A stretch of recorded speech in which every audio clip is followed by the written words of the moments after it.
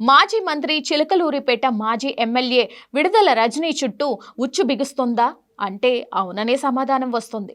గత వైసీపీ ప్రభుత్వ హయాంలో ఇళ్ల స్థలాల సేకరణ పేరిట భారీ స్కామ్ జరిగిందని, వీటిపై తక్షణమే విచారణ జరపాలని చిలకలూరిపేట స్థానిక ఎమ్మెల్యే ప్రత్తిపాటి పుల్లారావు డిమాండ్ చేశారు.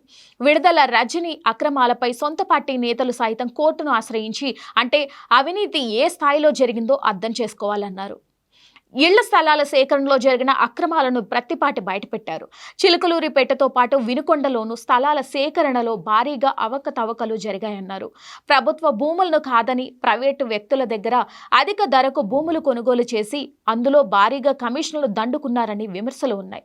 దాదాపు 400 ఎకరాలకు పైగా భూములకు సంబంధించి లెక్కలు తేలాల్సి ఉందని, రజనీ అక్రమ సంపాదన కోసం పేదల ఇళ్ల స్థలాలను కూడా వదలలేదని ప్రత్తిపాటి ధ్వజమెత్తారు.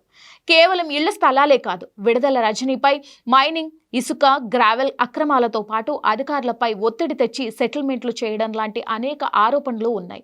గతంలో ఐటీడీపీ సోషల్ మీడియా ఇన్ఛార్జిపై అక్రమ కేసులు పెట్టి వేధించిన ఘటనలో ఇప్పటికే రజనీపై ఎస్సీ ఎస్టీ అట్రాసిటీ కేసు నమోదైంది. ఇప్పుడు తాజాగా ఏసీబీ రంగంలోకి దిగి క్వారీ ఓనర్ల నుంచి వసూళ్లకు పాల్పడిన కేసులో దర్యాప్తు వేగవంతం చేయడంతో రజనీ చుట్టూ ఉచ్చు బిగుస్తోంది.